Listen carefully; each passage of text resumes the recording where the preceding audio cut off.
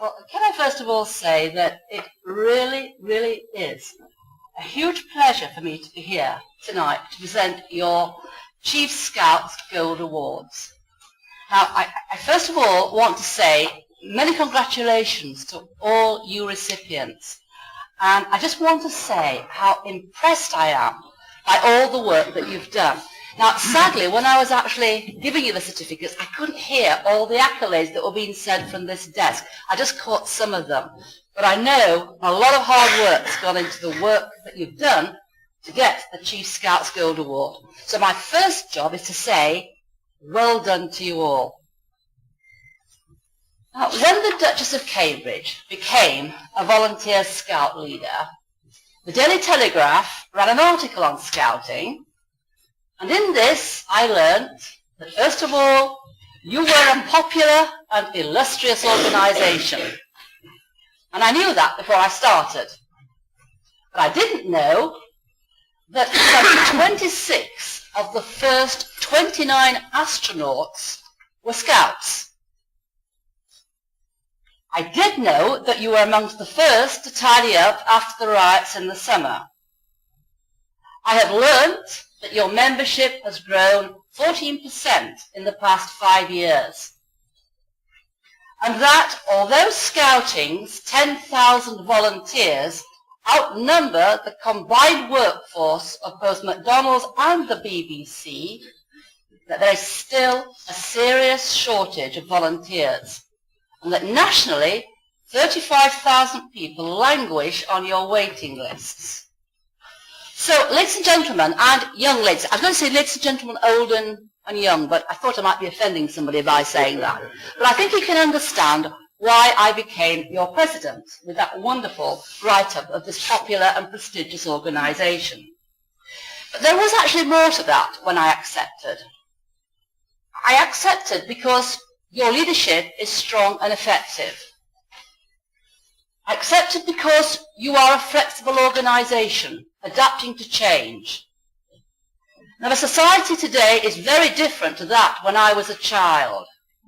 And I think there is huge strength in flexibility and having the ability to change. It's the only way you will survive. And I admire that in you. But I also knew that your organisation gives young people opportunities in a risk-averse society. And you help them to fulfill and develop themselves, to reach their full potential, be it in outdoor skills, community skills, personal skills, leadership skills. You help them to get that full potential. And this is what this evening is all about. It's about you on the first 3 rows. And it's about you and your achievements. Now, I know only too well at my ripe old age that the world out there is a tough cookie, and that you need to develop resilience to cope with it, and you also need to develop skills so that you can develop your life confidently and achieve your full potential. Now, today, you've all been awarded the Chief Scouts Gold Award. And I have to say, I think that's an absolutely wonderful achievement. I looked up the definition of gold in the dictionary, and I quote, something valued as excellent or the finest of its kind. And indeed, that's what you are. And I wish to congratulate every one of you. I would like you to not be shy, but to wear your achievement with pride. It's hard-earned, it's highly respected, it's respected by you, it's respected by the Scouting movement, it's respected by all the parents and all the relatives that are with you tonight, it's respected by your friends, and I have to tell you, it is also very much respected by future employers. And that is good in this highly competitive age for jobs.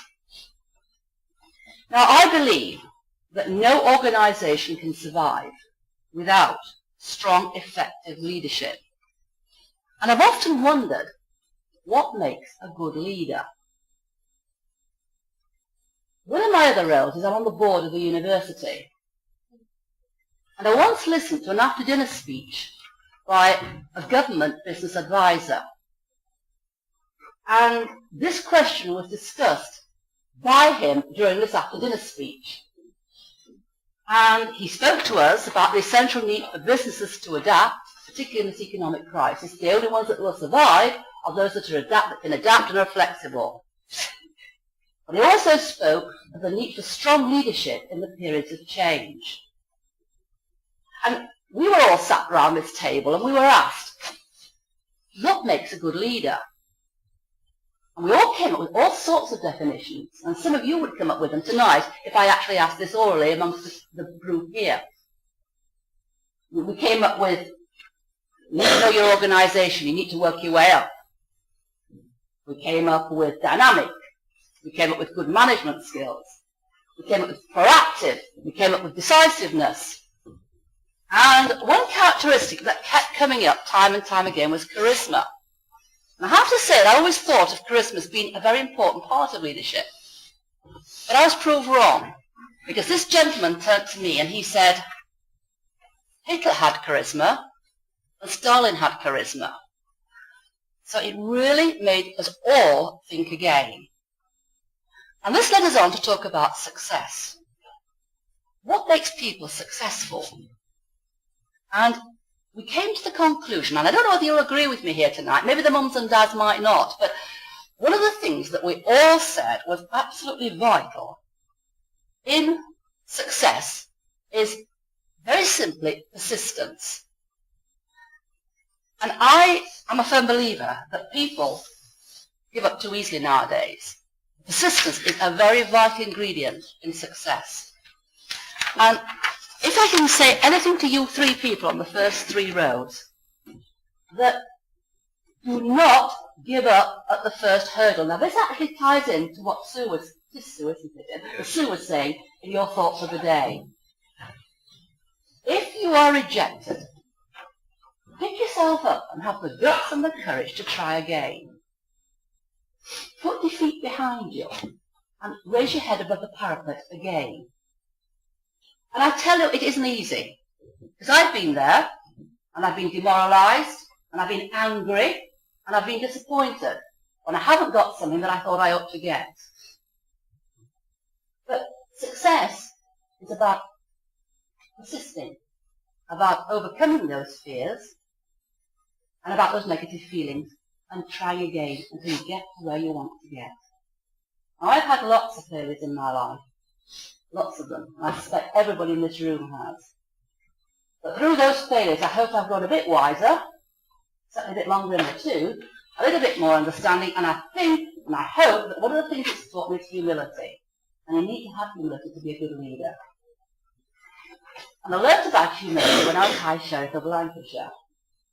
And it's sort of a tale I've never forgotten. I was actually having my car cleaned at a garage called Dingle Bells, which is on the Southport Road, if any of you know it. It was called Dingle Bells, it no longer is. And I was sat in the car, and the lad who was cleaning my car knocked on my window. And he said to me, haven't I seen you in the paper lately? He said, why? So I actually sort of, somewhat haughtily, wound the window down and said, well, actually, I am the High Sheriff of Lancashire. And as quick as a flash, he came back to me and said, can I be your deputy dog? How true is that? So I actually thought it was highly amusing. And I thought, well, no, I'm going to actually sit down. I'm going to explain to this young man what my role is all about. So I explained it to him very patiently. And I thought nothing more about it. And I went in the following week, and again it was absolutely true. And he saw my car park, so from across the car park, he yelled at me, where's Robin? And I thought, he's either got me muddled up with the Sheriff of Nottingham or Batman, and I wasn't sure which. But the point of this story is that I actually roared with laughter when he said this to me. And it actually just gave me a lot of humility about what my role was all about. So I do think, actually, that there's great importance in being humble. So can I just end tonight by sending all of you here my very warmest congratulations. I hope you achieve your life's wishes, and I hope that you will all build on this Keep Scoutfield Award. I hope you're going to be proud of yourselves. And I hope you're going to persevere in your beliefs. And I hope you're going to be passionate. And I hope you're going to fight for those beliefs. And I hope you're going to achieve great happiness and fulfillment. So very well done to all of you. I hope I'll see you again sometime in the future. Have a successful week. Take care. Thank you very much indeed.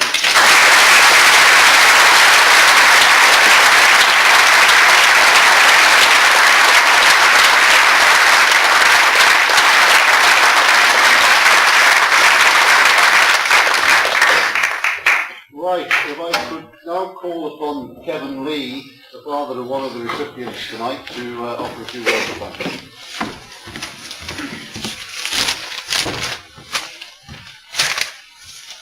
I've been asked by Sue to say a few words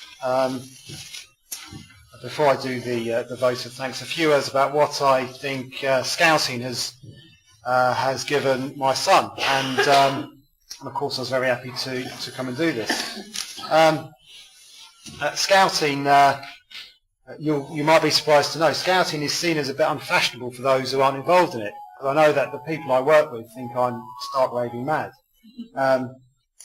But in some ways it is a little bit old-fashioned. The camping outdoors and not washing for a weekend and getting regularly soaked and jumping into rivers and things like that. But that's all very good because you need a counterbalance against the PlayStations and the video games and sitting inside in front of the telly, and so it's perfect. And what I've seen it bring is firstly freedom and independence, because when I go to camping with them, I see them get freedom that they'd never have at home, wandering off for hours on end. So they get independence, they get teamwork, responsibility for their own actions, and also some practical common sense, sense of duty, which all of these things might, some people seem a bit unfashionable, but I've seen it in James and his friends. It's building a bit of character, plus a bit of fresh air, and also lots of fun. It's also meant through James and his brother being involved in Scouting, I've had to go back into Scouting and